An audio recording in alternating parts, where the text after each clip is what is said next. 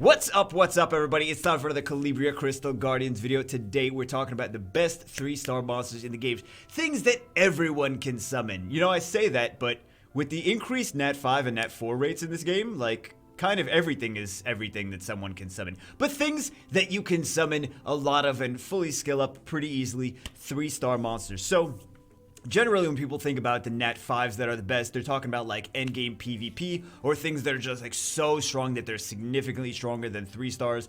But when they're thinking about 3 stars, for the most part right now, the community is thinking about good 3 stars that are for dungeons. Things are going to help you in dungeons, so support units, things that heal, things that buff your team, debuff the enemy team, do different debuffs and strips to bosses, and also units that potentially have poison. Anytime new games come out where everyone's super underpowered, we're like, okay, how do we beat bosses? We don't have good enough runes? Let's get things that have poison and attack buffs and defense attack breaks for them, and then defense buffs for our team, and things like that. So today we're going to go over some of the best 3 stars that a lot of the community are talking about, and then I'm also going to include some of mine that I think are pretty cool and I'm pretty hyped about, even if other people are not. First on the list is a beautiful fairy floating on a pillar of fart clouds, Windwalker, the Lawful Windwalker. There's only one Windwalker. So, sorry, Force of Habit. There's only one Windwalker. Let's take a look at her skill tree. Actually, stats-wise, she is kind of even across the board.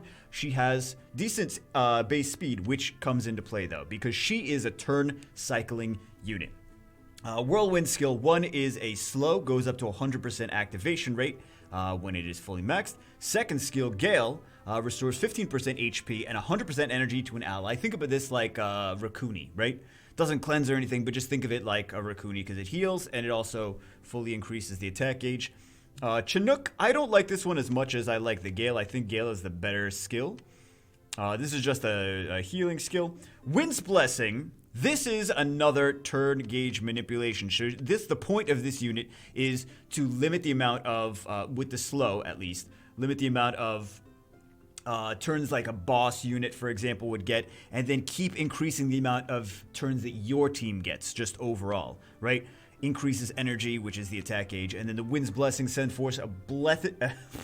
Let me try that again. Send forth a blessed breeze, which grants 30% energy to all allies and hastes them for 3 turns.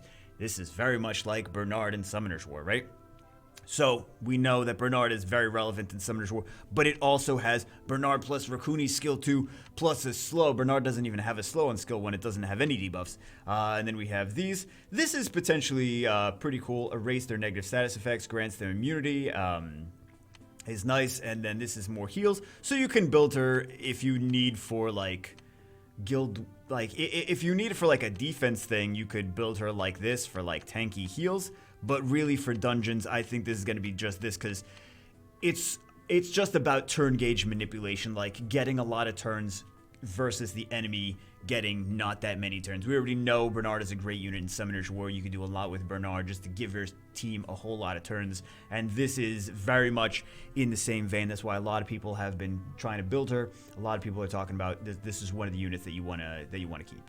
Next on the list is the Holy Cleric. This is a unit that I think the game gives you at the beginning, and then also this is a drop from the Ancient Forest. She is basically like a nice healer unit. She also has skills that will strip the enemy. Let's take a look at the skills here.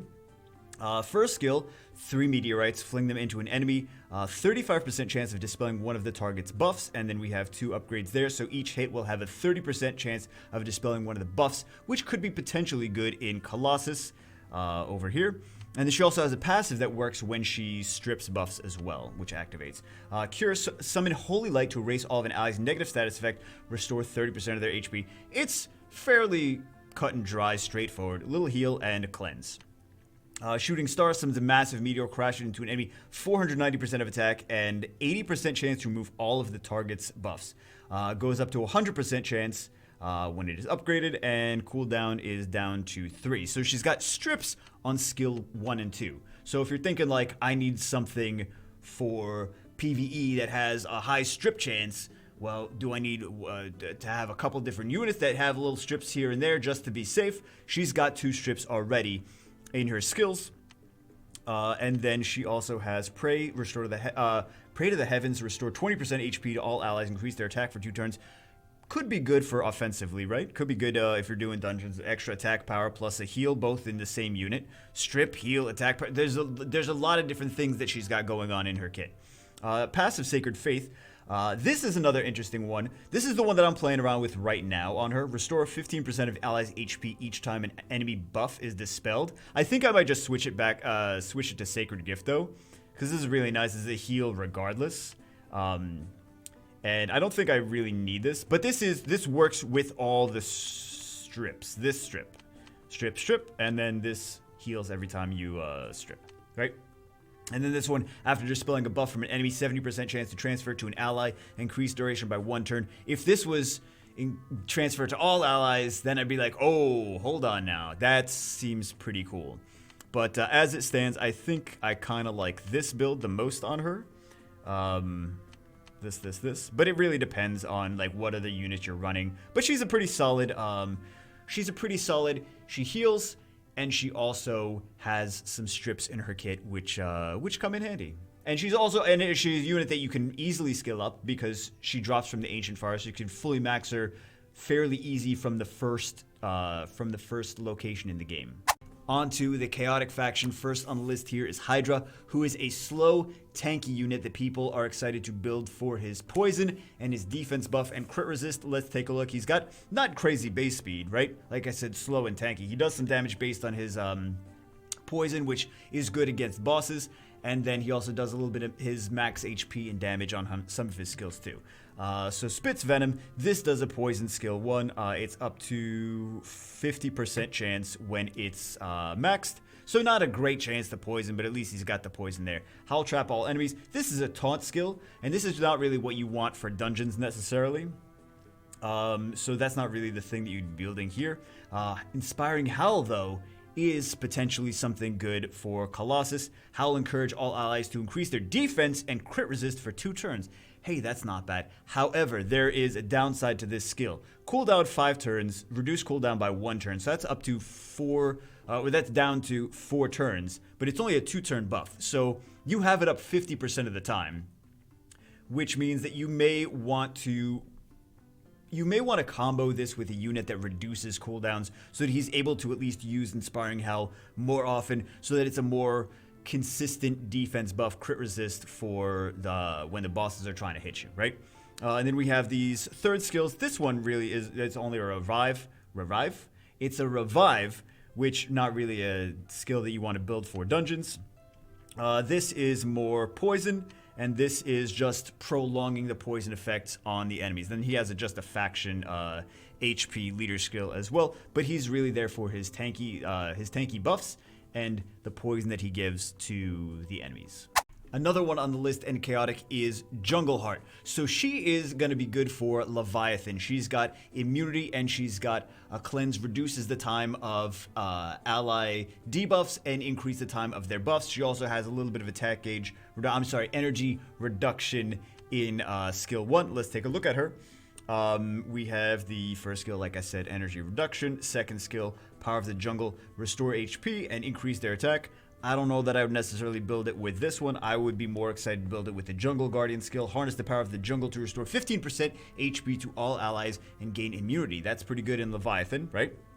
And then we get the Charm Song, which is, again, what I was referencing earlier. Reduce duration of negative status effects by 1 turn and increase duration of buffs. Because this is only 1 turn, and this is reusable in 4 turns, which is really not great. So I'm kind of like, I'm on the fence with her. I'm like, it's not enough immunity, and also it's too long of a cooldown. Like, maybe if it was like 3 turns, you never know, it could get tweaked in a patch later, right? If it was like 1 turn, but it's 3 turns, because she can extend it too.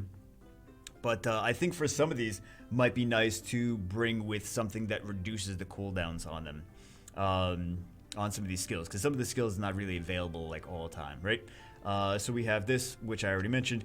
I'm not as excited about these two. I think that the build that I would use on her is for Leviathan and Charmed Spear, Jungle Guardian, Charm Song, and I would have to test it out to see like what, because the cooldowns are not super crazy, but hopefully we still make it work and turn cycle enough that we're able to get it up a decent amount.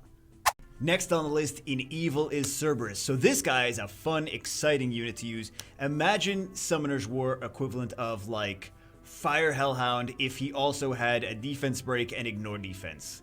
Oh yes, he sounds very exciting, right?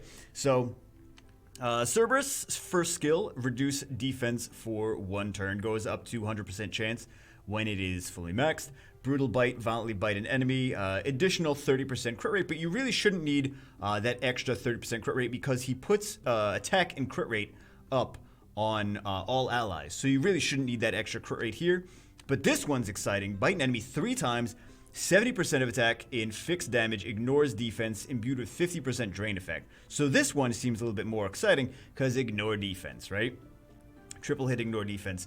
He's got attack buff, crit buff, and defense break. And if he doesn't get the defense break, ignore defense, which is very much fun. Then he has this 5% chance to deal an additional 5% of target's max HP and damage. But it's not a huge chance. It's all RNG, right? So I don't know if I love that because it's so much RNG. And then this is reduced damage from lawful enemies by 40%. But you would just build him as a super nuke squishy monster anyway. So I don't feel like this is going to really necessarily be... It's a big damage reduction from lawful enemies, but it's only one faction. And he's going to be super squishy anyway, in my opinion. So this is the build that I would use for him right here.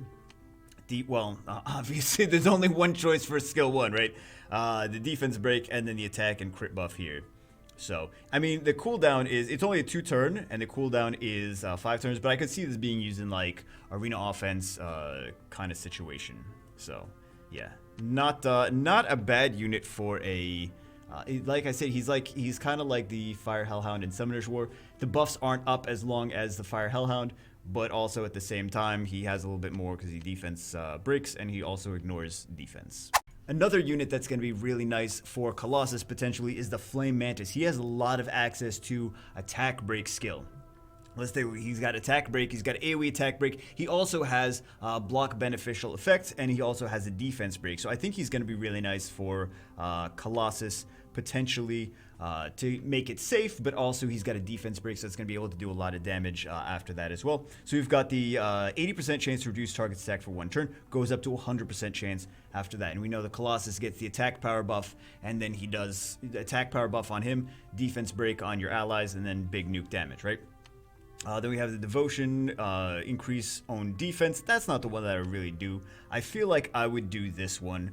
75% attack and defense and damage, 35% to reduce target's attack and defense for 2 turns. So we have not a crazy chance, but it's 3 times. Triple hit, 35% chance each. So out of one of those hits, like, you're gonna have a consistent attack break on him. You're gonna have at least another chance for defense. Like, maybe I would run him with a different, with a secondary defense break that's got like a little bit of a chance to defense break as well somewhere in the kit. So you either have 2 different defense breaks on, but you have 2 attack break skills already. Then you have the sweep. This is AoE. 85% chance to reduce target's attack for 1 turn, prevents them from gaining buffs for 2 turns. So it reduces his attack, and it also prevents him from getting an attack up after that. And then debuff trigger rate 15%, which means it's going up to 100% after that. He's got other passives as well. But I think that this one, I would just have him, he's got this one. He's got very, very consistent attack power breaks for something like the Colossus, I feel. So I think that he's got potential in there. Hey guys, remember how we were talking about poison is good in dungeons? Well, this guy, the mummy, is all poison. He's poison, and then he has more poison, and then a little bit extra poison, and then more poison on top of that. His speed is not very good, but he does also have a leader skill that could be good for bosses. We've got this 80% chance to poison the target, goes up to 100%. This is another one, like I said, all poison. 90% of attack and defense and damage, 25% chance to poison the target for 3 turns. Goes up to 35%. And then we have this stun, which we don't really need in bosses. It doesn't matter. We were just using the first 2 skills. And then AoE, attack and defense based, right? Because he's a defense based unit. I don't know if I mentioned that. He's a defense based unit. So you don't really need like attack and DPS runes for him. You just want to make him fast, give him a lot of turns to do the poisons, and then make him, the tanky is fine, right? Just stick some extra defense on him. Doesn't really Doesn't really need to do damage based on attack power. Just use the poisons for the damage. And then this, of course, is AoE with the poison. And then we have this 30% chance to get immunity to poison and all this stuff. But I think I would probably run him these 3. And then also he has a nice Catacombs leader skill. All allied heroes, defense plus 21. I mean, there's stronger ones, but at least he's got a nice Catacombs leader skill that you can use. Okay, I need some input. Is a white a fantasy creature in like other things than just this? Because everything else is a fantasy creature in other games, but I never heard of a white before. Anyway, this is a unit that has, she's got a slow, she's got an attack break for enemies if you need it. She's got a defense break, AoE defense break, not a completely crazy chance to land, but she's got an AoE defense break. And then she also has a cleanse, so she's a nice 3-star cleanser. Let's take a look at her skill tree. First one has got this slow, 35% chance, but goes up 15%, so that's a 50% chance to slow for like slow bosses, big bosses, right?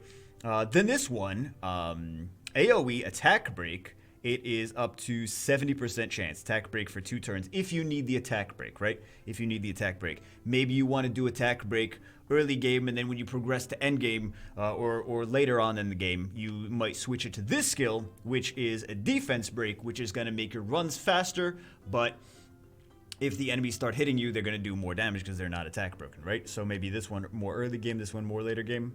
Then we have the passive Devouring Grudge, 40% chance to erase 1 negative status effect except action lock from all allies during each turn, which could be good in the Leviathan, right?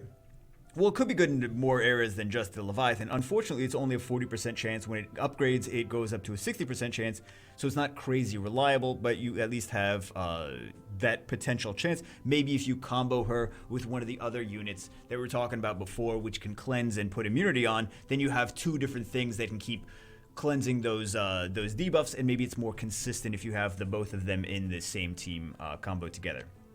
And then we have this one, erase 1 negative status effect from the ally with the lowest HP, restore their HP. That's just a single target though. And then this is regen HP equivalent to ally with higher percentage. I think that this one is the more exciting one that for dungeons. And I think again I would combo her with the, that's just accuracy for arena, which I don't, I don't know if I would necessarily use. I'd be excited about that. Again, a lot of these 3 stars are more excited for dungeons. People are excited about them for dungeons. So I think I would use this early game, this more like mid game, and combo that with another unit that has some kind of cleanse or immunity, like we were talking about earlier. Okay, remember how we were talking earlier about how some things had a little bit too long cooldowns, where the buffs were like 2-turn defense buff, but it was reusable in 4 turns. It's like, well, you only have that available, that defense buff available half the time, and it would be nice to combo that with a unit that reduces cooldowns, right? So that you have access to that buff more often. Well, this Harpy is the unit that you want to combo it with, right? So another 3-star unit that you want to combo it with. 108 base speed, which is not bad. First skill is a bleed, which is good for dungeons. Again, a lot of the stuff we're talking about dungeons. We're thinking about like, oh, this is dungeon. This one, countering chain, this is a link. If one ally is attacked, the other one will counterattack. I don't really like that one as much. This one, restore 15% HP to all allies, increase their crit resist for 2 turns. And this is available in 4 turns though, but she does also reduce cooldowns. So I think this is at least to provide a little bit more heals. And then we have Siren's Power, some Siren's Power, regen, and 30%, so 30% HP, 30% energy, which is potentially cool. It's 4-turn cooldown, but I don't know that I would necessarily use this for this. I like this Siren's Blessing the most. Reduce all allies' cooldowns by 1 turn and grant them haste, which is a speed buff for 1 turn, which is nice to give units more access to their skills that have longer cooldowns, right? Skill cannot reduce its own cooldown for her own skill, so it's available every 4 turns. And then we have the passive Siren's Wings, but I feel like I would probably do Rip, Siren's Guard, and Siren's Blessing for her. And then she's got the speed buff, but it's only evil heroes, so you have to have a team of like mostly evil heroes to really get the most benefit out of that. So those were more of the ones that the community is talking about in general. There's a couple more that I think have some potential that I want to talk about. First on the list, it's a 2-star. I know, Bagel, you clickbait. You said 3 stars. They're 2 stars. It's a 2-star, fine, but I think he's a nice unit, or potentially a nice unit. Let's take a look at his skills. He kind of reminds me of like Shannon a little bit. from Summoner's War, right? So Vine Orb, first skill, it's an attack break. It's up to 70% at max, 70% harmful effect rate, which is not bad, not great. But when he's not attack breaking, he also has, he's kind of like, I think he could be nice in Colossus because he has the attack break and he also has a defense buff as well. Hurricane of Leaves. This is a multi-hit. This is 40% chance when it's skilled up to slow the enemy each hit, but it's 3 hits, right? And it's reusable in 3 turns, which is not bad, right? So you got a attack break, you got a slow. It's not bad for bosses, but this one I like for bosses even more. This is a 2-turn attack power buff and defense buff, and again, it's a 2-star unit, so it's super duper easy to skill up. It is reusable. By the way, if you feed one elemental of a different kind to him, it doesn't upgrade his skills. I already tried that, right? So if you do a different elemental, it doesn't actually upgrade his skills. But this is reusable in 4 turns, and it's a 2-turn buff. Again, you want to use it with something that does cooldown reduction, but it's not bad. Then these passives, I don't think, unless you're going to run an elemental team, it doesn't really make too much sense, so we don't really need to talk about those. But I think these potentially could be good for Colossus for him. He reminds me of Shannon. Here's another one. I like to call him Cyborg Lucian. Look at how beastly he is. So this is not necessarily a dungeon unit, but I could see the potential of him. I see the potential for him perhaps in later game to be really annoying because he has a passive that you may be familiar with. Let's take a look at his skill tree. First, this has a chance to do all kinds of different things. 30% chance to stun, 30% chance to slow, 30% chance to recover 38% of own energy, which is attack gauge. On the first skill, this is AoE, 260% of attack to all damage, 30% chance for this to have his cooldown of 0 turns, which is, it's all random, it's all RNG, right? All RNG. This one is another AoE to all enemies, 30% chance to immediately receive another attack. So this is not the same thing. I know you're like, isn't that the same thing? No. This is cooldown of 0, but you have to wait to get another turn to use it again. This is, you get another attack immediately, but this is still on cooldown, right? The AoE is still on cooldown. Then we have Blessed Cards, restore 20% of all allies' energy, increase their crit rate for 1 turn. So if you want to do that, like that's attack gauge, right? Attack the target with Flying Card skill, that's just skill 1.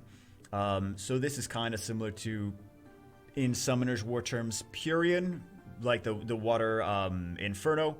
But it's not, it's higher base speed, but it's also not as much attack gauge. So that's not the thing that I'm excited about. I'm just letting you know, like, that's kind of what it is. This is 70% chance to gain Power of Destiny status. Increase damage by 50%, crit rate by 100%, must cooldown for 1 turn after another Power of Destiny. So this is just a super buff for his damage, right? Think about this kind of like Antares. Increase crit damage by 50%, crit rate by 100%, right? 7% chance to do this. And the reason I say think about that like Antares, because think about this like Antares. 15% chance to immediately begin own turn each time an enemy finishes their turn. It goes up 5% too. So think about this like an Antares. Now you're like, oh, I am thinking about it like an Antares. Thank you very much. So I think that he may potentially be something like we see in Summoner's War, like for endgame PvP as a 3-star. Could potentially be. This is only for allied lawful heroes, so it's only for 1 faction, but this potentially could be very much, this is very much like an Antares. Not could be, this is like an Antares basically. This one, not too many people are talking about, but I looked at his skills. He seems very interesting to me. He reminds me a little bit of a, well, he's got some things that could be good for farming. He's got some AoE skills. He's got a self-sustain, and he also has a skill that reminds me of Pungbeck, a skill that reminds me of Darien. Let's take a look at his skills, though. His base speed is not anything crazy. His attack isn't anything crazy. Compared to some of the other DPS units, it's not like a super amazing attack power. This first skill, though, is an AoE. 2 times to a single enemy, and then attacks all enemies at the end to do 140% of damage. There's no debuffs, but it's still an AoE first skill. Second skill, attacks an enemy with exploding staff, 555% of attack and damage, and then if the target is killed, you'll half that damage to all enemies. Sounds like a Pungbeck, right? And it's 3 turn cooldown. So potentially pretty cool. Septa Star Palm, flash between all enemies, 7 hits, 45% chance to cause targets to bleed for 1 turn. That is 60% when it's upgraded. Not bad, and lots of multi-hits, right? So it's 3 turns as well. which is not bad for a skill too. 3-turn cooldown. It's got a lot of hits. Roundhouse kick, spin kick an enemy, 460% of attack and damage, 80% chance to clear all targets' energy, goes up to 100% and cooldown in 3 turns. This could be nice for maybe reducing the cooldown on the bosses. Think of this kind of like a Beretta skill 2, right? Over here, so like a little bit Pung Back, a little bit Beretta skill 2, and then we've got this Calming Mirror regen. This is why I think he's not that bad for like a farmer. Regen 40% of own HP, gain immunity for 2 turns. I mean, the game gives you a nice farmer already if you want to use that. I'm just saying this is another option, I think.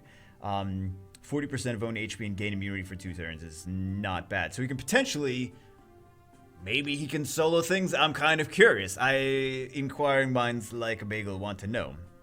Because he can maybe reduce the attack gauge of here on bosses. And I wonder if like end game, like with crazy runes, he can solo boss. I don't know. I'm curious, right? But this gives a lot of sustain. Reduce cooldown to 4 turns there. And then the passive guard, this is more like Darien. Reduce damage taken by 15% when an ally is attacked. 70% chance to reduce their damage taken by 15%. And then goes up to 100% chance. Does not stack with other damage reduction effects. But this is like Darien. And then we have resistance leader skill as well. So he's like a Pungbek, he's like a self-sustaining farmer, and he's also like that does AoEs, and he also does Darien based on, I mean, like maybe even for early game dungeon build, you could use this passive guard and then the attack reduction here, and it could be like, yeah, it could be like a Darien and Beretta skill. I'm sorry, not that one. This one for like early game dungeons potentially, right? So that if the bosses do attack, you don't take as much damage, and then you also keep reducing the boss's attack age, so he doesn't really get to attack that much. Potentially a decent unit for dungeons, but also could be a decent unit for farming. That's why this guy excites me. I'm surprised that not too many people talking about him, but I don't know. I guess we'll see. And last but not least, nobody's really talking about this Goblin Engineer. I think he's got some potential in, like, nuking bosses down, though. Let's go take a look. He's not like early game. He would need good runes to be really good, but I think he's got potential to really nuke down bosses. Let's take a look. His base speed is nothing crazy. His attack could be higher for what he is. He's an attack type unit, right? So let's take a look at his skills. 40% chance to reduce target's defense for 2 turns up to 50%. So he's got a 50% chance to defense break. Not bad, not great either. We've got this detonate self-made explosive to attack an enemy, 460% of attack and 18% of target's max HP in damage. Sacrifice 10% of own HP to use this skill. Reusable in 3 turns though.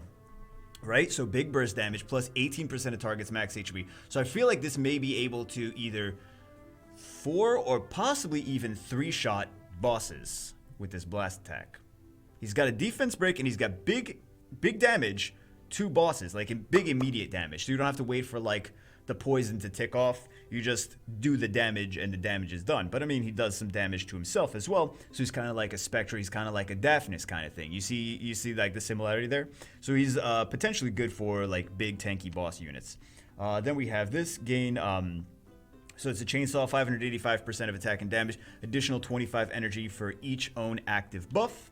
Okay, so if you have a lot of buffs, he can potentially get another turn after nuking down with this. Reusable in 3 turns after it's skilled up.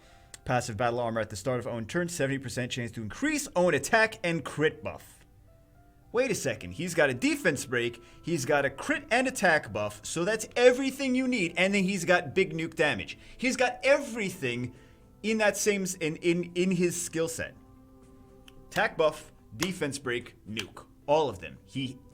That one unit has everything, right? Everything he needs to do big nuke damage. So potentially, he might even be a decent unit for like PvP. I don't know, like a single target nuke though. But I think he's more like for big PvE bosses. And then we have this Goblin Shark, crafty, 70% chance to steal buff from the target, increase buff's duration by 1 turn. So this could potentially be good for like the Colossus, because Colossus has a, I think, 3-turn attack power buff. So he steals it, right? 100% when it's upgraded. He steals it and increases it to a 4-turn attack power buff. Not bad. Then he still has the attack power buff. So, and you don't even have to build him with that high crit rate because he has the crit rate passive if you're going to use it here. And this is upgraded to 100% as well. And then we have reduced damage taken from evil enemies. I don't know that I would necessarily build him with this. I would probably build him with this one, and this one. Although this one is also kind of interesting, depending on what kind of team you run him with, right?